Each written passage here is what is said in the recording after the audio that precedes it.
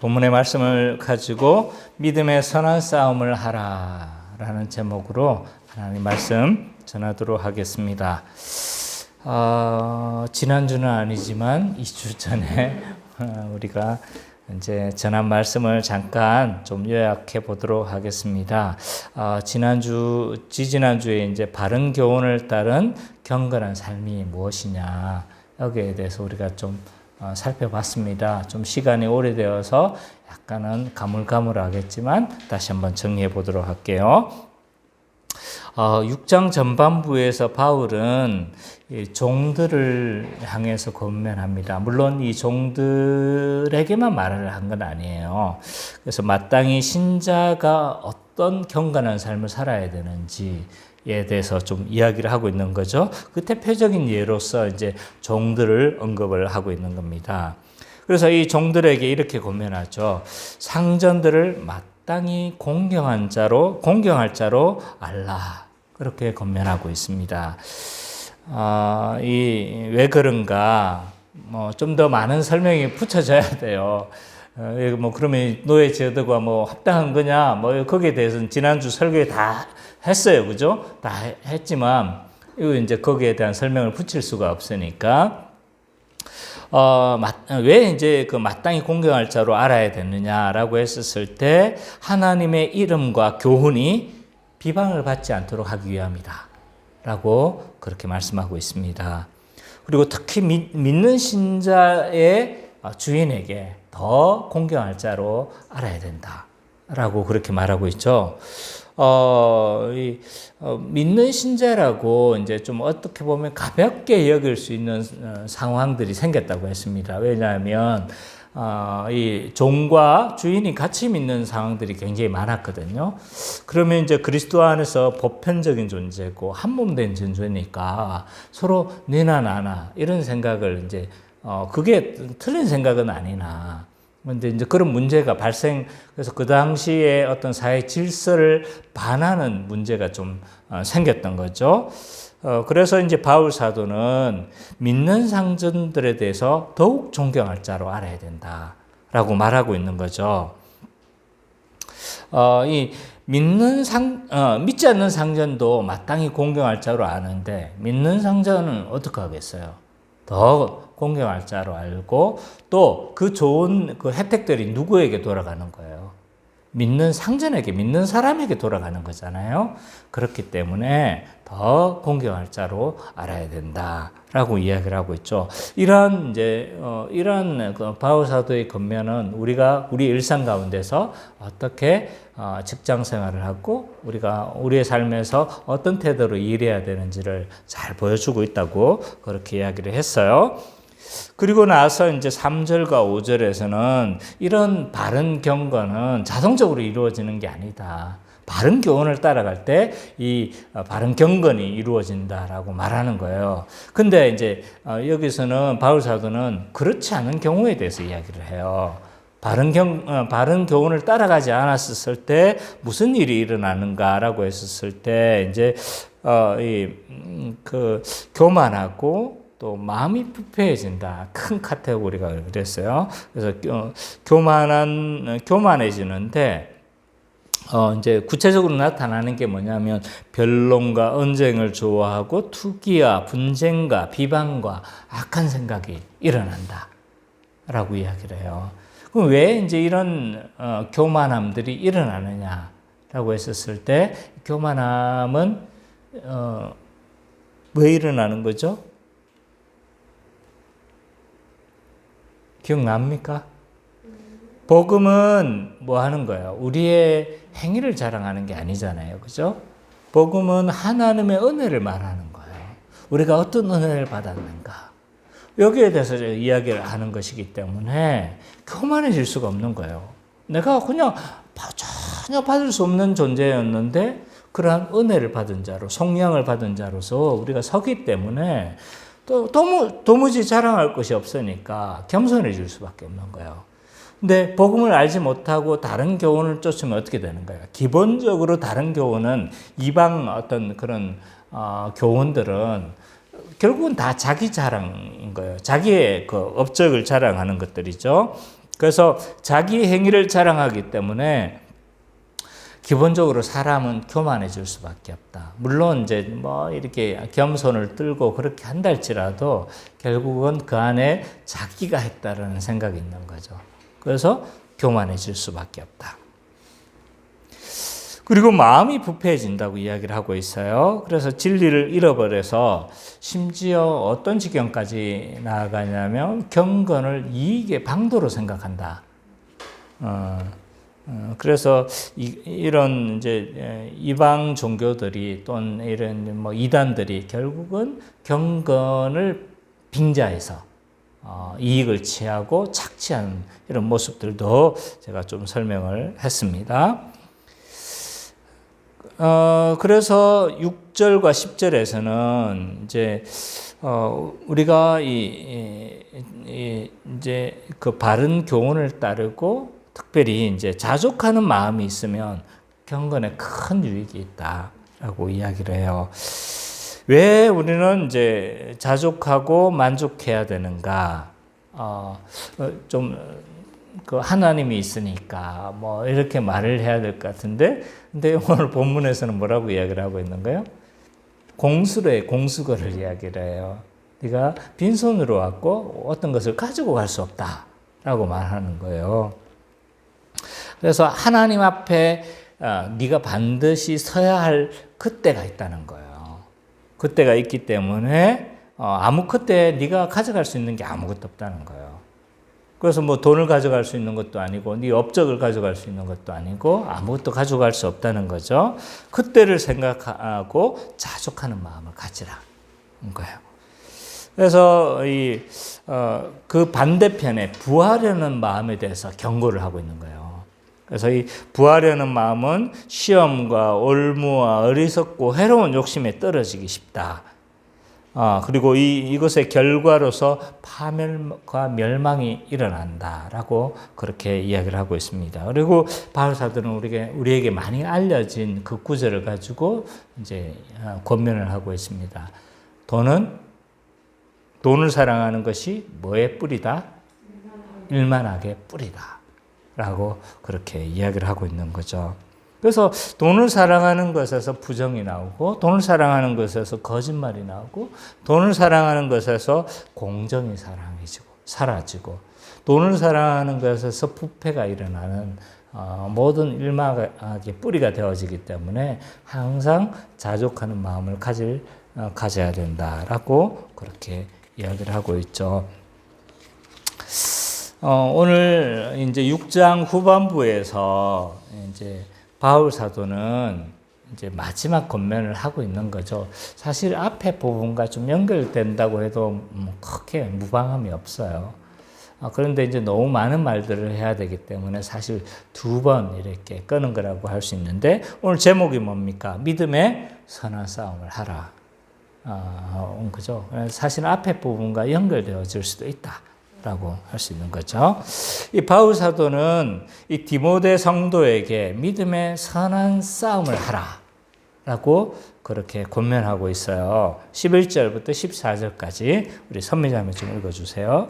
오직 너 하나님의 사람아, 이것들을 피하고 의와 경건과 믿음과 사랑과 인내와 온유를 따르며 믿음의 선한 싸움을 싸우라. 영생을 취하라.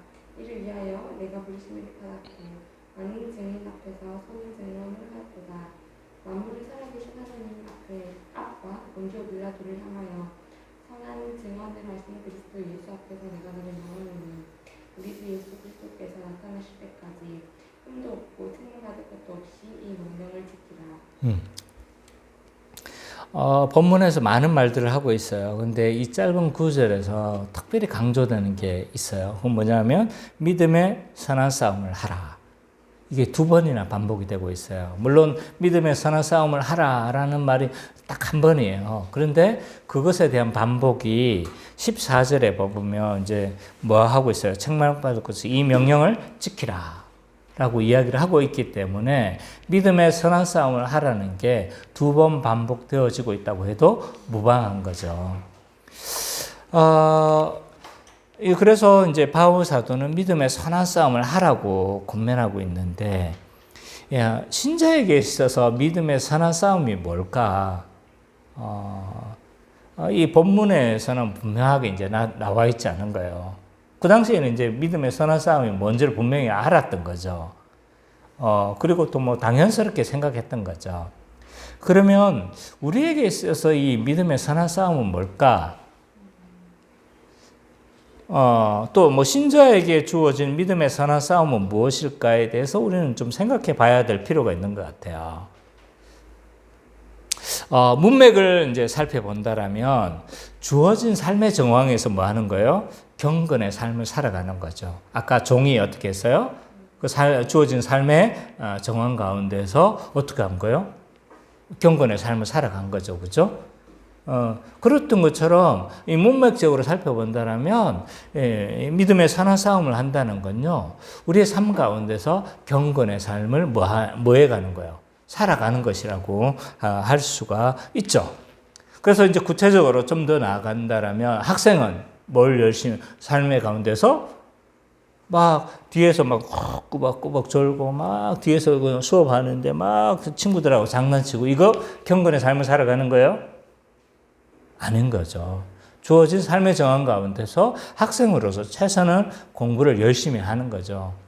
또 직장인은 어떻습니까? 직장 가운데서 최선의 그리스도인의 모습을 이제 그리스도인답게 그렇게 살아가는 것이 우리의 뭡니까?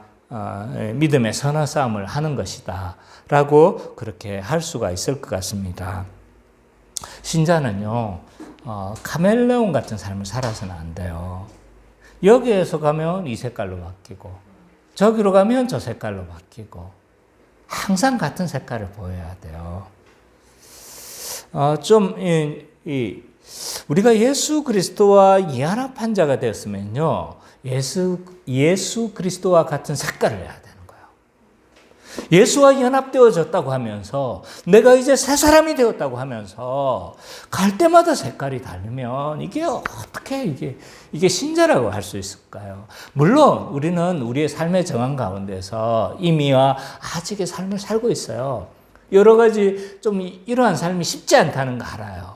저도 마찬가지입니다. 저의 삶의 정황 가운데서 좀 신자로서의 삶을 온전히 다 드러내지 못하는 때도 있다고 생각해요. 그렇지만 기본적으로 우리는 어떤 존재입니까? 그리스도와 연합한 존재예요. 그와 연합했다라면 어떤 색깔이 나와야 되는 거예요? 어디 가도 이제 예수의 색깔이 나와야 되는 거예요. 어디 가도 예수의 향기가 나와야 되는 거예요. 비록 어떤 압박의 상황 가운데서 위축되고 쫄릴 수 있어요. 그죠? 쫄릴 수 있지만 그럼에도 불구하고 막 은은하게 뭐가 나오는 거예요. 막 압박의 상황이 막 그렇게 있는데 거기서 뭐가 나는 거예요. 솔솔솔솔솔솔솔 예수의 향기가 나야 되는 거예요. 이게 신자의 삶이라고 할 수 있는 거예요. 그래서 우리의 삶의 정황 가운데서 경건의 삶을 살아가는 것이 우리가 믿음의 선한 싸움을 하는 것이다 라고 할 수 있을 것 같아요. 또 믿음의 선한 싸움을 한다는 건요, 우리가 교회적인 존재로서 뭘 하는 거예요? 하나님 나라를 이루어가는 삶이 곧 믿음의 선한 싸움이다 라고 저는 말할 수 있을 것 같아요. 우리가 개인으로서 신자로서 우리의 삶의 정황 가운데서 살아가지만 더 본질적인 존재의 형태는 뭔 거예요? 교회적 존재잖아요. 그죠? 교회적인 존재이기 때문에 교회로서 우리가 하나님 나라를 이루어가고 또 한 거예요? 한 가족으로서 서로 교통하는 삶을 살아가는 것. 그리고 하나님 나라를 이루어가면서 하나님 나라를 드러내면서 또 하나님 나라 확장을 위해서 증거하며 그렇게 살아가는 것이 우리의 믿음의 선한 싸움이라고 할 수 있을 것 같아요. 또 마지막으로 생각해 볼 수 있는 건요, 믿음의 선한 싸움을 한다는 건 도대체 뭐냐라고 했었을 때 우리의 원수와의 싸움에 날마다 의식을 하는 거예요.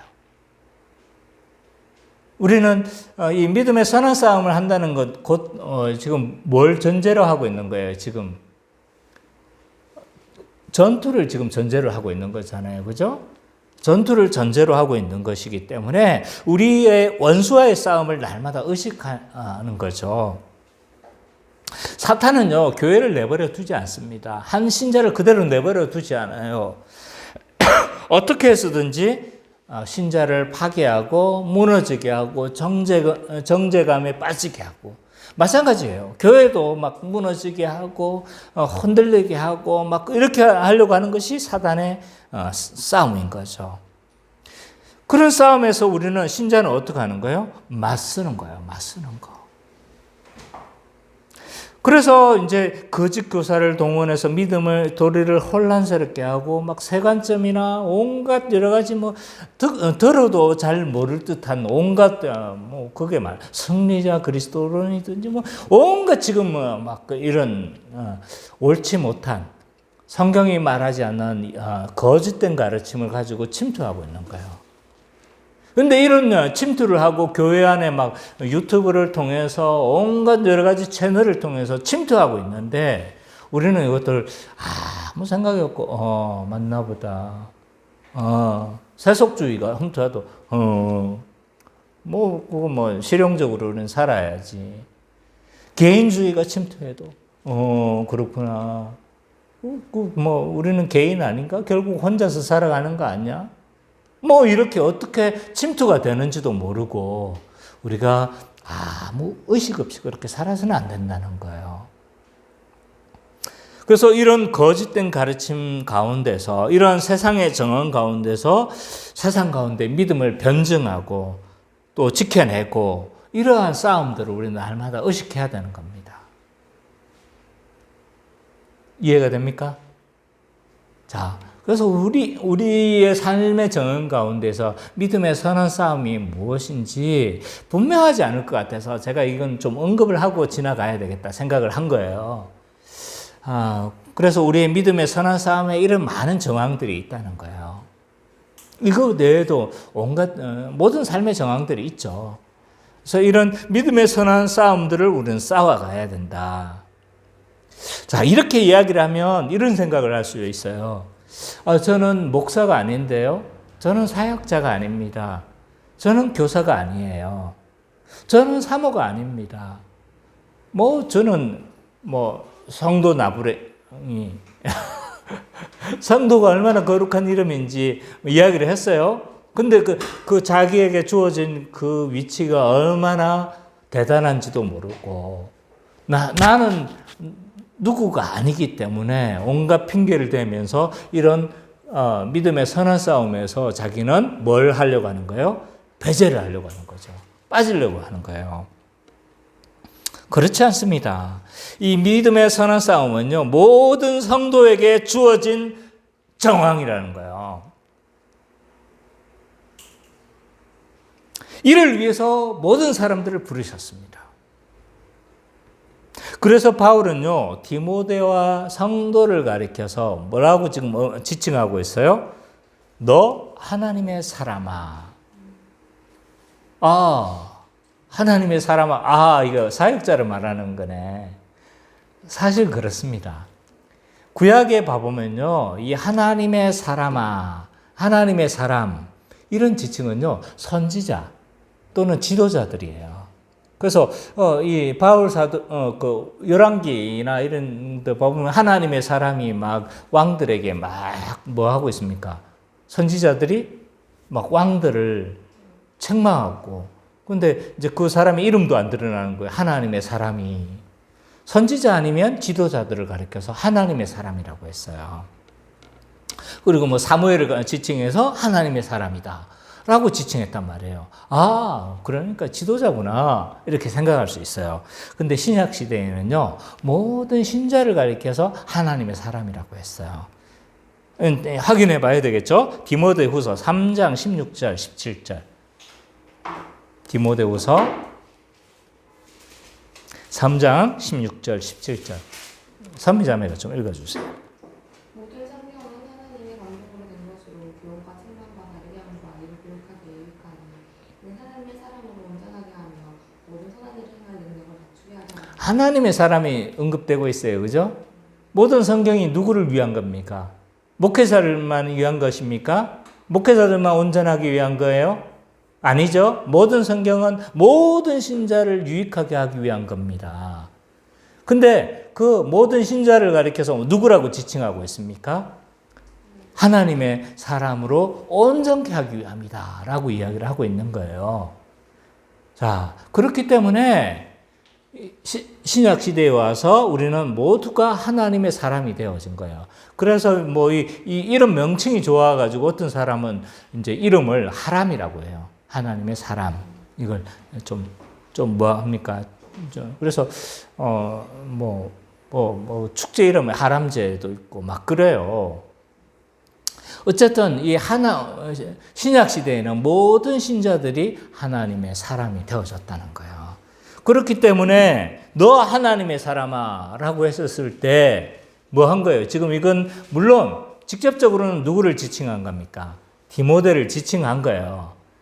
그러나 누구를 지칭한 거라고 할 수 있습니까? 모든 신자를 지칭한 것이라고 할 수가 있는 거죠. 그렇기 때문에 이 모든 그 믿음의 선한 싸움을 하는 것은 디모데에게만 또는 지도자들에게만 주어진 것이 아니라 모든 신자들에게 주어진 삶의 정황이라는 걸 우리는 알 수가 있다는 거예요.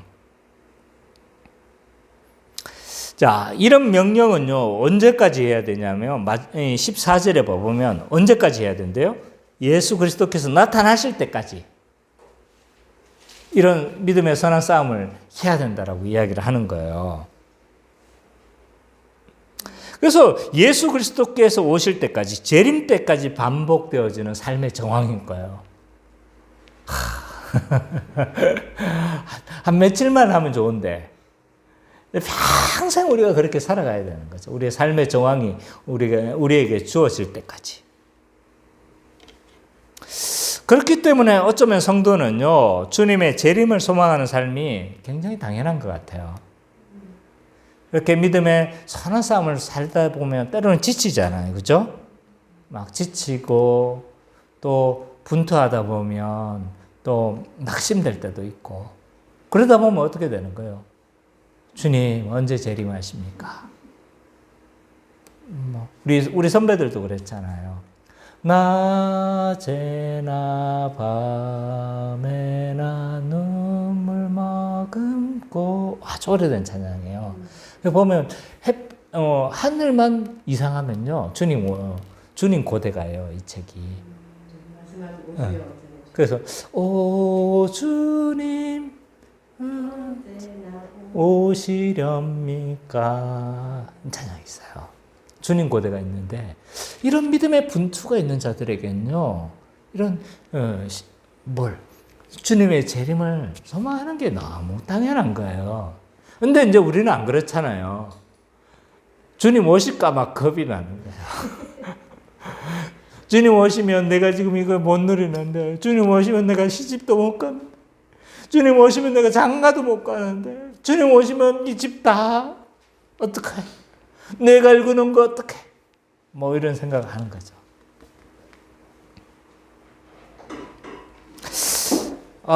그래서 우리는 어쩌면 주님을 재림하는 삶을 고대하고 기다리는 게 참 당연한 것 같아요. 그래서 우리 제 단짝, 영혼의 단짝이 있잖아요. 이정훈 목사하고 이제 이렇게 가끔 모임을 갔다 오면 하는 말이 이래요. 주님 언제 오시? 주님 맞아요. 우리가 열심히 일을 해요. 주의 사역을 잘 감당하지만 그럼에도 불구하고 막 이런 상황들에 지칠 때가 있는 거예요. 그래서 주님을 소망하고 주님의 오심을 기대하고 그런 거죠. 근데 우리가 기억해야 될 건요, 우리의 믿음의 선배들도 그렇게 살았다는 거예요. 우리의 믿음의 선배들도 주님을 고대하면서 주님 언제 오십니까? 주님 이 벅찬 세상의 상황 가운데서 언제 주님 오십니까? 라고 소망하면서 그렇게 살았어요. 그렇게 피곤하게 살았던 거예요. 바울도 어떻게 했습니까? 굉장히 바울 서신을 봐보면요. 고린도전서 보세요. 고린도후서 보세요. 고린도후서를 봐보면 임박한 재림의식을 가지고 살았다니까요. 그래서 매도 맞고 쫓겨났기도 했으며 배신을 당하기도 하고 알아주지도 않고 뭐 이런 삶을 바울 사도는 살았어요. 아마 바울 사도가 이 찬양을 알았다라면 낮에나 밤에나 그렇게 안 하셨을 거예요. 물론 그 찬송가가 성경적이냐 뭐 이런 좀 너무 염세적이고 뭐 이렇게 비판할 수도 있겠지만, 그러나 우리 신자는 이런 주님 오실 때까지 이런 분투하는 삶, 믿음의 선한 삶을 살아야 된다라고 그렇게 바울 사도는 그렇게 권면하고 있는 거죠. 그러면 이런 믿음의 선한 싸움을 할 수 있는 근거가 뭐냐? 그게 15절부터 16절까지예요. 우리 성민이가 좀 읽어주세요. 기약이 이르면 하나님의 그에 나타나심을 보이시리니 하나님은 복되시고 유일하신 주권자이시며 마땅히 얻으시며 만교해 주시오. 오직 그에게만 죽지 아니함이 있고 가까이 가지 못할 빛에 거하시고 어떤 사람도 보지 못하였고 또 볼 수 없는 이시니 그에게 존귀와 영원한 권능을 돌릴지어다. 아멘. 우리는 이런 생각할 수 있어요. 우리가 어떻게 그렇게 우리의 죽을 날까지 믿음을 분투하며 믿음의 선한 싸움을 우리가 살아갈 수 있겠습니까? 저는 그런 힘이 없어요. 저는 자신이 없어요. 저는 힘이 없어요. 그리고 그것을 감당할 만한 그런 능력이 안 돼요. 라고 말을 할 수 있어요. 근데 우리가 이런 믿음의 선한 싸움을 살 수 있는 근거에 대해서 바울은 이야기를 하고 있는 거예요. 그게 뭐래요? 몇 가지를 이야기하고 있는데 그 중에 하나가 그 싸움은요, 기약이 정해져 있어요. 하나님이 정하신 때 예수 그리스도께서 다시 오실 때 이 싸움은 끝이 나는 거예요. 그 기약이 언제인지는 모르죠. 우리가 잘 알고 있다시피 언제 주님이 재림하실지는 아무도 몰라요. 오직 이 아무도 모른다는 것을 강조하기 위해서 그리스도도 모른다고 그렇게 말씀하고 계시잖아요. 그죠? 이 정해진 기약이 차면 주님이 오십니다. 우리 인간에게 있어서 가장 큰 절망은 뭐냐면요, 소망이 없는 거예요. 소망이. 뭐 여러 가지 어려운 상황들이 있어도, 힘든 상황들이 있어도 좋아질 어떤 소망들, 때로는 이게 끝날 소망이 있으면요 견딜만 해요. 군대에 있어도 어떻습니까? 구르고 암만 구르고 암만 그냥 막 죽을 힘이 들어도 그래 국방부 시계는 돌아간다. 뭐 어떤 소망이 있는 거예요? 제대할 소망이 있는 거예요. 이게 언제 기사인지 제가 좀 잘 살펴보지는 못했는데, 박지선 어머니 코미디언 있잖아요. 박지선 어머니에 대한 기사를 어떤 신문이 실었더라고요. 제가 지나가면서 우연히 보게 된 거예요. 근데 왜 자살했을까? 이제 거기에 대해서 이야기를, 엄마가 자살한 거 알죠?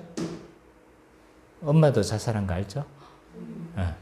엄마가 자살을 했는데, 이제 결국은 이제 엄마가 왜 자살했냐 이런 심층 분석 기사를 한 거였는데, 결국은 보면 한마디로 압축할 수가 있어요.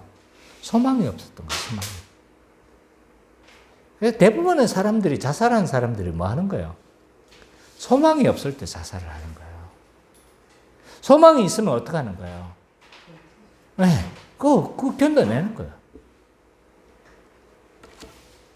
우리에게는 한 가지 소망이 있어요. 뭐예요? 그리스도의 재림의 소망이 있는 거예요.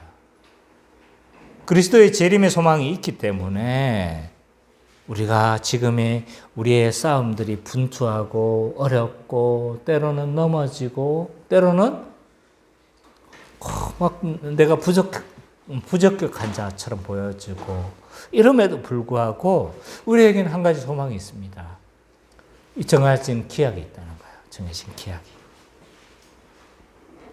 또 이 하나님이 어떠신 분인가에 대해서 바울은 이제 언급을 하고 있는 거예요. 근데 크게 하나님을 설명하는 데 있어서 두 가지로 설명해요. 하나는 뭐냐면 이게 이제 15절에 나타나 있죠. 그의 나타나심을 보이리니 하나님은 복되시고 유일하신 주권자이시고 만왕의 왕이시며 만주의 주이시오 라고 이렇게 언급하고 있어요. 이건 뭐냐면 하나님이 유일하신 주권자인 거예요. 하나님이 통치하시고 하나님이 다스리시고 하나님이 이 세상의 모든 것들을 만물을 주관하고 계신 그 하나님이시라는 걸 강조하고 있는 거예요. 서머나 교회도요. 핍박당하는 요한계시록 서머나 교회를 봐보면 그 하나님 그 그리스도에 대해서 어떻게 소개하고 있냐 하면 처음이요 나중이신 그 하나님을 그리스도를 설명하고 있는 거예요. 왜? 하나님이 뭐 이런 모든 삶의 정황이 어렵고 어떨 때는 무너지는 것처럼 보여지고 어떨 때는 벅찬 것처럼 느껴질지도 모르겠지만 그럼에도 불구하고 누가 주관하고 계시다는 거예요. 하나님이 주관하고 계시다는 걸 지금 강조하고 있는 거예요. 우리는 많은 성도들이요 이원론적인 어떤 세계관에 빠져 있을 때가 많아요. 마치 조로아스터교적인 이런 신관을 가지고 있는 거예요. 뭐냐면 선과 악의 거대한 대립이 이루어지고 있다고 생각해요. 이 세상이. 이건 너무 사단에게 많은 주권을 주는 거야.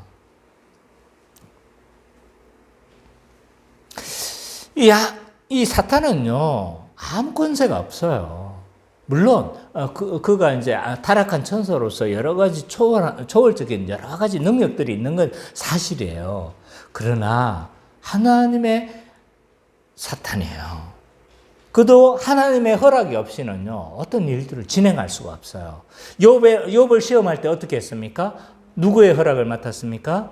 하나님의 허락을 맡았어요. 그래서 이 우리의 믿음의 선배들은 사탄도 하나님의 사탄이다라고 그렇게 지칭을 했습니다. 그리고 사탄의 무기라고 할 수 있는 게 뭐예요? 사망의 권세잖아요. 그죠? 이 사망의 권세도 있잖아요. 예수 그리스도의 십자가에 완전히 무력화되어 버린 거예요. 왜 무력화되어 버렸습니까? 예수 그리스도께서 형벌 대속적 죽음을 죽으심으로 말미암아 어떻게 하게 된 거예요? 죄가 더 이상 효력을 발휘하지 못하는 거예요. 율법은 우리를 막 날마다 정죄를 해요. 근데 예수 그리스도를 믿는 자는 어떻게 되는 거예요? 예수 그리스도의 의가 내 의가 되는 것이고 그의 언약적 저주를 다 담당해서 죽으셨단 말이에요. 그죠? 그러니까 더 이상 믿는 자에게는 뭘 하지 못하는 거예요? 정죄함, 사망이 있잖아요. 사망의 권세를 가지고 우리를 더 이상 위협할 수가 없어요. 이 사망의 권세도 엄밀하게 사탄의 권세가 아닌 거예요. 왜냐하면 하나님의 권세예요. 하나님의 권세. 사망이 누가 주관하고 있습니까? 사탄이 주관하고 있습니까? 아니에요. 사망은요, 그 하나님의 법의 결과로서 주어지는 거예요. 그럼 사망의 권세는 누가 가지고 있는 거예요? 하나님이 가지고 있는 거잖아요. 그 권세, 율법의 정죄, 율법의 그 저주인 사망을 뭐 하고 있는 거예요? 사단은 기생하고 있는 거예요. 기생하면서 사람들을 두렵게 하는 거예요. 그 권세를 가지고 막 뭐 하고 있는 겁니까? 그러니까 이 사단에게는 아무 권세가 없어요. 근데도 막 우리 인간들은 뭐 하고 있습니까? 막 사탄이 그냥 이 세상의 반을 지배하고 있는 것으로 그렇게 많은 사람들이 생각을 하고 있죠. 그러나 오늘 바울 사도는 뭐라고 이야기를 하고 있습니까? 이 세상의 모든 주권자가, 통치자가 누구시다? 그리스도시다. 하나님이시다. 라는 것을 그렇게 강조를 하고 있는 겁니다. 그렇기 때문에 때로는 우리가 어려움을 당한다 할지라도 하나님께서 주관하시기에 이 싸움은 우리가 어떻게 할 수 있다는 거예요? 넉넉히 싸워 이길 수 있다는 걸 암시해 주고 있는 겁니다. 그 다음에 이제 16절에 가서 하나님을 약간 다른 차원에서 설명하고 있어요. 16절을 우리 은찬이가 좀 읽어주세요. 오직 그에게는 죽지 아니함이 있고 가까이 가지 못할 빛이 거하시고 어떠한 사람도 오지 못하였고 볼 수 없는 이신이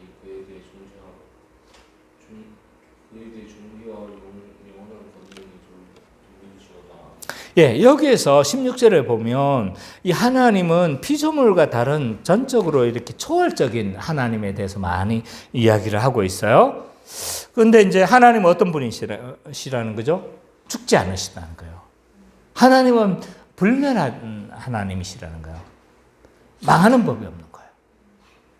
그 다음에 가까이 하지 못할 빛에 거하시는 분이시라고 이야기를 하고 있죠. 이 하나님은 어떤 하나님이신가요? 거룩하신 하나님이라는 거예요. 그 다음에 볼 수 없는 분이다. 이 말은 인간이 탐구하거나 관찰한 하나님이 아니시라는 거예요. 그래서 이런 초월적 속성들에 대해서 이야기를 하면서 이 하나님은 우리를 초월하신 분이시다. 사람이라는 존재는 어떤 거예요? 어떤 압도적인 상황이 닥치면 어떡하는 거예요? 비겁해져요.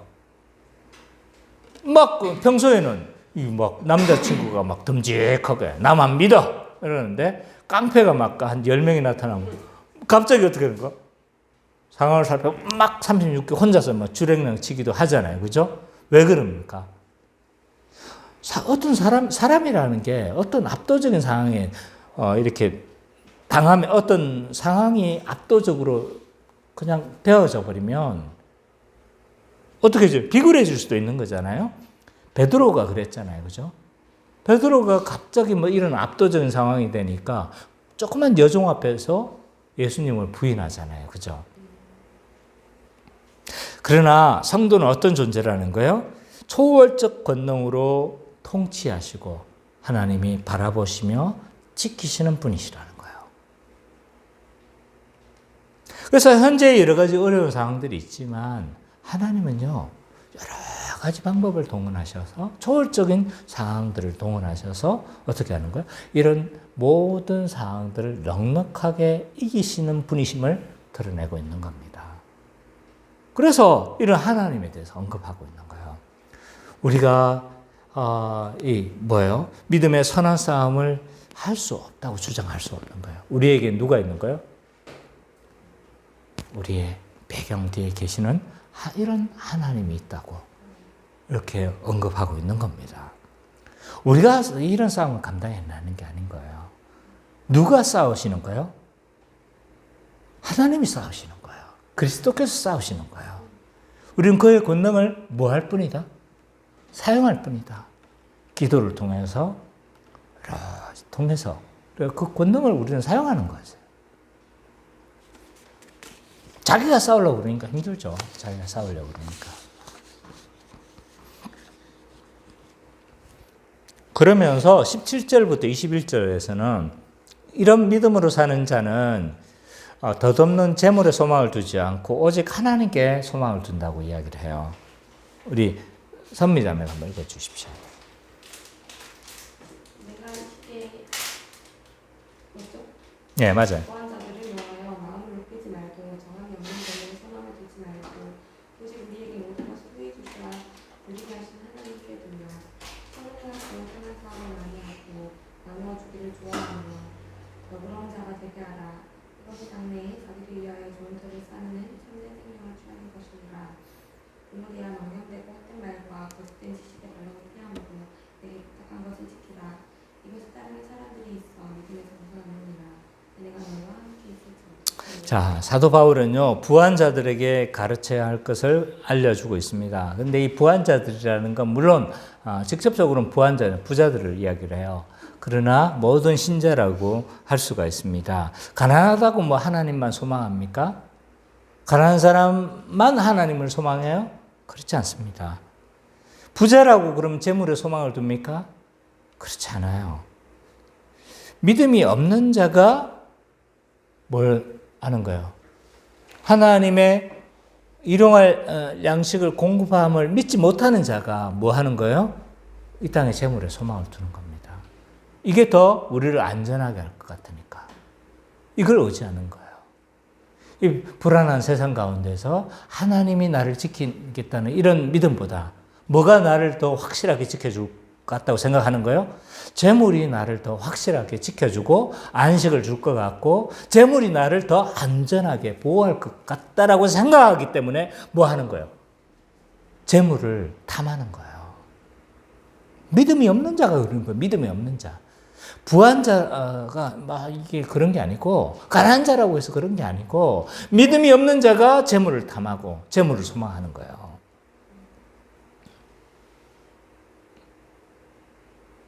그래서 이 부한 자들은 마음을 높이지 말고 정함이 없는 재물에 뭐 하지 말라? 소망을 두지 말라. 라고 그렇게 이야기를 해요. 이 바울 사도는요, 부한 자들이 두 가지 문제들이 처할 가능성에 대해서 언급을 해요. 하나는 이제 재물로 인해서 마음이 높아지기 쉽다라고 이야기를 해요. 왜냐하면 왜 부한 자들이 마음이 높아지기 쉽냐면요, 자기 자신으로 인한 것이기도 하지만 왜냐하면 주변 사람들이 마음을 높아지게 해요. 재물이 많으면 사람들이 어떻게 할까요? 주변 사람들이. 그래서 사람들이 돈 벌려고 해요. 재물이 많아지면요, 전혀 찾아오지도 않던 사돈의 8촌까지 찾아와요. 그리고 막 친한 척을 한다니까요. 왜? 그 재물에 한 번 더 편성해 보려고 하는 거예요. 그래서 막 이래요. 막 이렇게 비벼가면서 막 좋은 말을 하는 거예요. 막 얼굴이 아무리 봐도 누가 봐도 이 완전 매주인데 재물이 많으면 뭐라고 하는 거예요? 와, 멋지십니다. 와, 대단하십니다. 와, 빛나십니다. 막 이러는 거예요. 평소에 찾아오지도 않는 사람들도 막 자꾸 그러는 거예요. 처음에는 이 사람이 내 돈 때문에 그런가 보다 생각을 해요. 근데 계속 들으면 어떻게 해야 되는 거예요? 계속 그 이야기를 들으면 진짜 자기가 그렇다고 생각하는 거예요. 그래서 사람들은요, 이런 재물이 많은 사람들은요, 주변 사람들 때문에 교만해지기 쉬운 거예요. 그래서 아무에게나 하나님은요, 그 재물을 맡기지 않아요. 왜냐하면 그 재물 때문에 멸망하기 때문에 그래요. 왜 우리가 부자가 안 되는지 아세요? 그 재물 주면 우리 망하는 줄 알기 때문에 그래요. 그래서 이 재물은 사람들을 마음을 높아지게 하기 쉽다. 또 부한 사람들은요, 또 하나의 가능성을 이야기를 해요. 정함이 없는 이게 이제 무슨 뜻인가 이렇게 다른 번역본을 살펴보니까 덧없는으로 표현을 다 돼 있더라고요. 이 덧없는 재물에 뭘 하고 있습니까? 소망을 두기 쉽다. 왜 부한 자들은 이 재물에 소망을 두기 쉬울까? 왜 부자들은 그럴까요? 가난한 자들도 마찬가지예요. 왜냐하면 돈의 힘을 누구보다도 잘 알기 때문에 그래요. 그러니까 돈이 있을 때 어떡합니까? 사람들이 와, 멋지십니다. 와, 잘났습니다. 와, 대단하십니다. 막 이러니까 그 힘을 알잖아요. 저는 안 그랬는데 내가 돈이 있으니까 뭐 하는 거예요? 사람들이 굽실거리는 걸 본 거예요. 돈은 힘을 압니다. 그래서 갓난 애기한테 있잖아요. 1,000원짜리 주든 10,000원짜리 주든 뭐 상관 안 씁니다. 근데 한 살만 돼보세요. 이거 할래, 저거 할래, 5만 원 할래. 그러면 당장 뭐 합니까? 5만 원째 탁 뺏어갑니다.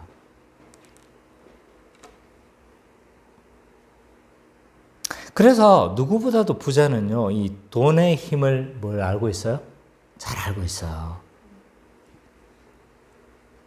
그렇기 때문에 이 돈의 힘을 많이 경험해 봤기 때문에 그 가졌던 힘을 놓쳐지는 걸 있잖아요. 감당해내지를 못하는 거예요. 막 이렇게 막 돈이 많았을 때 사람들이 뭐 하는 거예요? 막 사람들이 막 굽실거리는 게 처음에는 부담스러웠다가 나중에는 좋은 거예요. 이게 익숙해지는 거예요.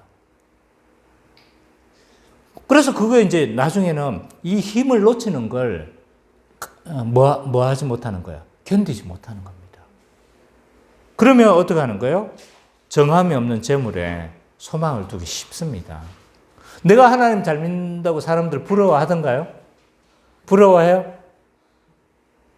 아무도 안 부러워합니다. 내가 하나님 소망한다고 해서요, 아무도 부러워하지 않아요. 보이는 거고, 돈은 눈에 보이는 거고, 하나님은요, 보이지 않으니까. 그래서 부자들이 처할 수 있는 두 가지 높은 가능성들에 대해서 이야기를 하고 있는 거죠. 그렇지만 신자는 어떻게 해야 된대요? 하나님께 소망을 둬야 된다. 하나님께 소망을 두는 사람은요, 뭐 하는 거예요? 자기가 부자라고 할지라도 그걸 나눠주기를 좋아하고 선을 행하고 막 이러니까 자기 손을 펼쳐서 가난한 자들에게 나누어 주는 겁니다. 이게 이제 신자의 삶이라는 거예요.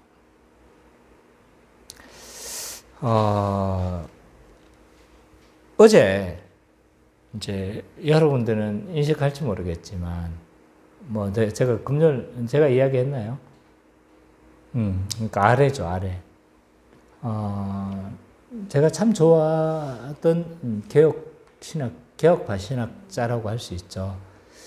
팀 켈러가 이제 소천을 했어요. 되게 이게 이분의 장점은 개혁파 신학을 잘하는 것도 잘하는 거지만 현대적 언어로 정말 세련되게 이야기를 해요. 그래서 그런 언어들은 정말 좀 배워야 되겠다 이런 생각을 참 하는 사람 중에 한 사람인데, 근데 이제 이 팀 켈러가 소천을 했어요. 그래서 막 온갖 이 페이스북에 사람들이 다 이제 추모하는 글들을 좀 올리고 있어요. 오늘 아침에도 올라오고 있더라고요. 근데 그분의 책 중에 많은 책들이 있습니다. 뒤에 막 이제 엄청나게 이제 인기가 있고 이러면서 많은 책들이 이제 발간이 되어졌는데, 그 중에 이제 저도 가지고 있는 책이 있어요. 뭐냐면 여러 책들이 내가 가지고 있지만 그 중에 하나가 이제 죽음에 관하여라는 책이 있어요. 작은 소책자인데 그 언젠가 우리에게 주어질 그 죽음을 우리는 준비하고 있는가 묻고 있습니다. 틴켈러는요, 우리에게.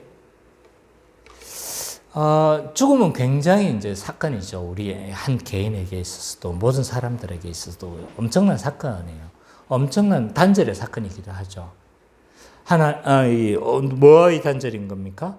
사람과 사람의 단절이 일어나죠, 그죠?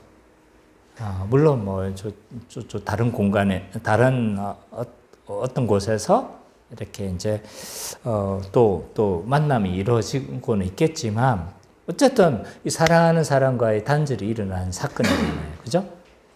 그리고 또 육체와 영혼이 단절이 되어지고 뭐 엄청난 이 단절의 사건이기도 하고. 그래서 엄청나게 큰 사건인데 이 사람들은요, 이 엄청난 사건들에 대해서 잘 직면하려고 하지 않는, 현대인들이 잘 직면하려고 하지 않는다는 거예요. 근데 이제 그 틴켈러는 뭐라고 이야기를 하고 있냐면, 어느 누구도 이 죽음은 뭐 할 수 없다? 어느 누구도 건너뛰지 않는다는 거예요. 모든 사람에게 주어질 현실이라는 거예요. 맞죠? 다 죽죠? 죽을 거죠? 나도 죽을 거예요. 이 이야기를 했던 틴켈러에게도 그 일은 며칠 전에 일어난 거예요. 누구나 직면해야 될 현실인데, 근데 있잖아요. 이 틴켈러는 이제 뭐라고 이야기를 하고 있냐면, 과거에 우리 조상들보다 현재 우리는 이 죽음에 대해서 더 준비되지 못하고 있다는 거예요. 준비를 못하고 있다는 거예요. 왜냐하면 죽음을 너무 시시한다는 거예요. 죽음이라는 큰 사건이 일어나잖아요. 사건이 일어나도 이런 언급조차 잘 안 하려고 하고, 설교에서 죽음 이야기하는 사람 별로 없잖아요. 그렇죠? 잘 언급도 안 하고, 자기 집에 생긴 사건이라 할지라도 이건 아이들이 목격을 못 하는 거예요. 그러니까 나에게 닥칠 일이라고 생각을 못 한다는 거예요. 그러니까 이 죽음에 대해서 있잖아요. 잘 나에게 주어질 현실이라는 걸 잘 인식을 못 한다는 거죠. 그러다 보니까 죽음에 대해서 우리는 덜 준비하게 된다는 거예요. 이게 이제 팀켈러가 이야기하고 있는 바예요. 그래서 모든 현대인들은요, 죽음의 불가피성을 부정하면서 살아간다. 나에게 일어날 일이라고 생각하지 않으면서 그렇게 살아간다. 라고 진단을 해요. 근데 팀켈러는 이렇게 생각해서는 안 된다는 거예요. 팀켈러는 죽음을 이렇게 맞이해서는 안 된다는 거예요. 죽음을 우리가 피해야 될 존재로 여겨서는 안 된다. 왜? 왜냐하면 우리에게 모두에게 닥쳐질 존재, 현실이기 때문에. 그래서 팀켈러는요, 이 죽음을 이렇게 맞이하라고 이야기를 해요. 죽음은 우리의 영적 후자극제다라고 이야기를 해요. 후자극제가 뭘까요? 의식이 없는 사람에게 냄새, 이빈 후가라고 하잖아요. 코를 말하는데, 냄새를 통해서 의식을 깨도록 하는, 냄새를 통해서 이렇게 깨어나게 하는 자극제가 있다는 거예요. 그러니까 죽음은 우리의 영적 후자극제와 같다라는 거예요. 가끔 우리는 죽음이라는 현실을 잊어버리면서 이 땅이 영원할 것처럼 우리는 살아가잖아요. 근데 어떻게 하는 거예요? 죽음을 생각하라는 거예요. 정신이 번쩍 잠들어 있던 영혼들을 깨우는 것이 이 죽음이라는 현실이라는 거예요. 그래서 영원히 이 땅이 영원할 것처럼 그렇게 살아가는 자들에게 죽음을 들이밀라는 거예요.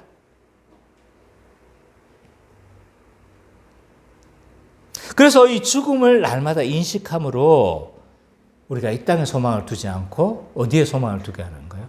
하늘에 소망을 두도록 그렇게 살아가도록 하는 영적 후자극제가 되게 해야 된다라고 말하는 것이 이제 팀켈러의 책의 핵심이라고 할 수가 있습니다.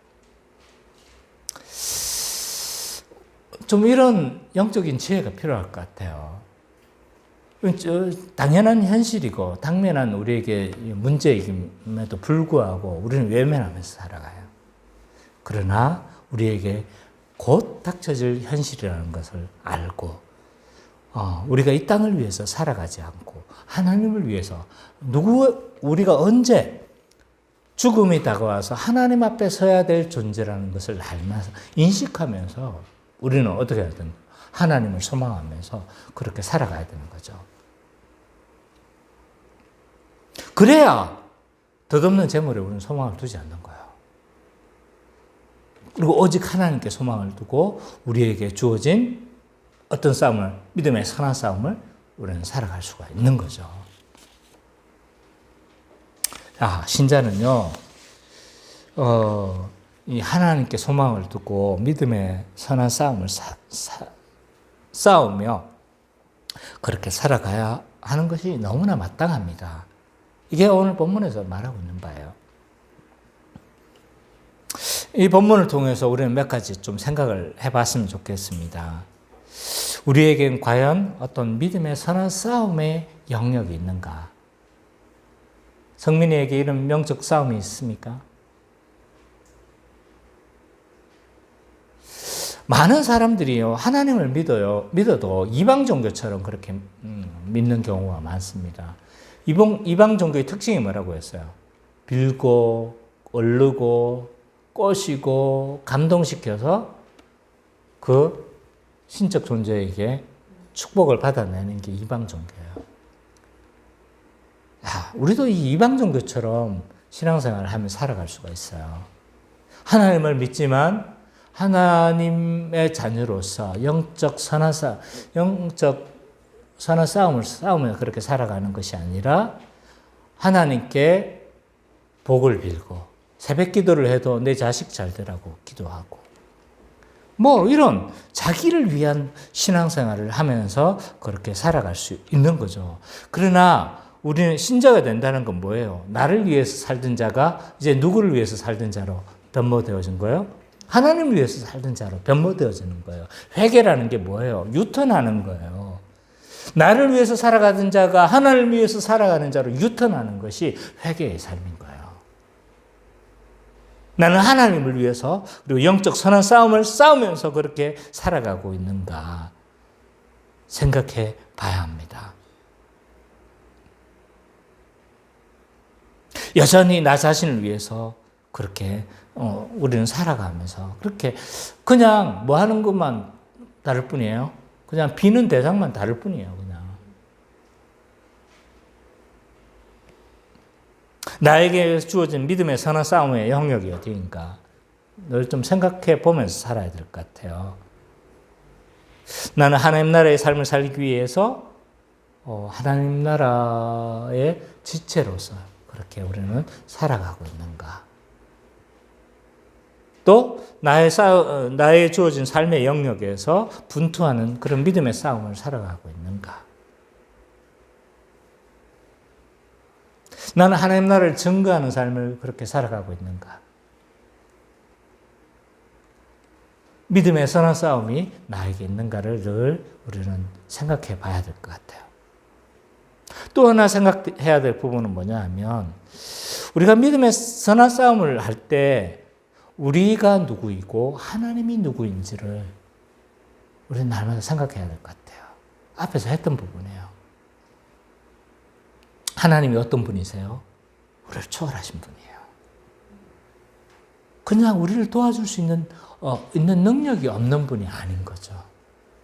하나님 우리를 세상을 통치하시고 처음과 나중이시며 이 세상 모든 것들을 주관하시며 다스리는 분이 우리 하나님이신 거죠. 그렇기 때문에 우리는 그의 아들로서 그렇게 당당하게 그렇게 살아가야 될 것 같아요. 또 하나님은 어떤 분이시죠? 초월적인 분이시죠. 그죠? 죽지 아니하시고 가까이 하지 못할 빛이 거하시는 분이시며 볼 수 없는 분이시다. 그래서 철저하게 우리는 그의 계시를 통해서만 그분을 알아갈 수 있는 거예요.